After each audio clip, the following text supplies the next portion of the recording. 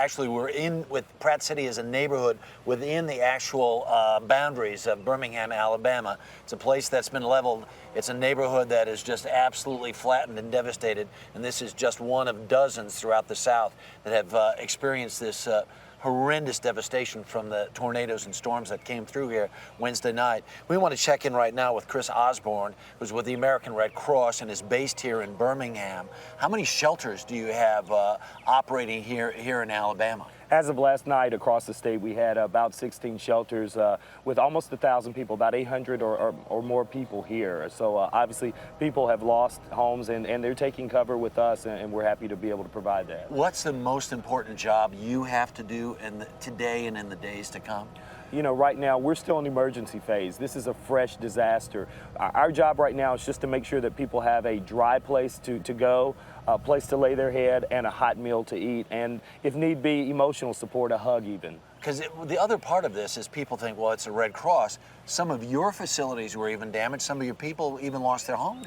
The Red Cross is certainly not immune. It's been a tough week. We had one of our locations about 50 miles north of here that was completely destroyed.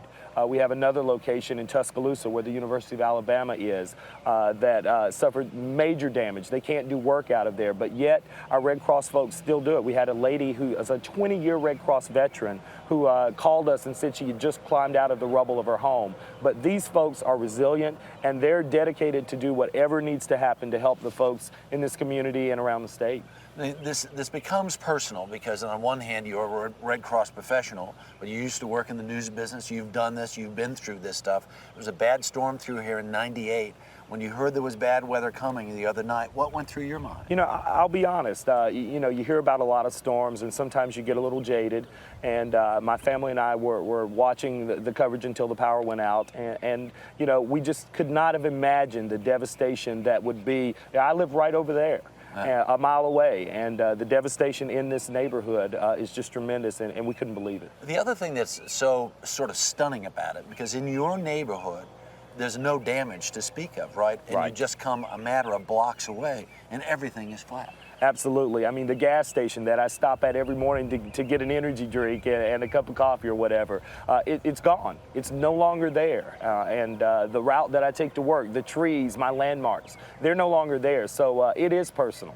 This has been an equal opportunity storm because we were in a helicopter last night, saw, you know, trophy homes that were just splinters. You have working class neighborhoods like this that are flat as well. How will this community be able to put itself back together again? Let me tell you, this tornado, this storm system crossed all socioeconomic lines. We are one big family here in Alabama right now, and we've got to do whatever it takes to get each other back on top and to get it started in the recovery process. All right, Chris, thank you so much for your time this morning. And of course, go to your website. I'm sure people want to make a donation or whatever, they'll know what to do. Absolutely. redcross.org. Thank you. There you go. Thanks so much.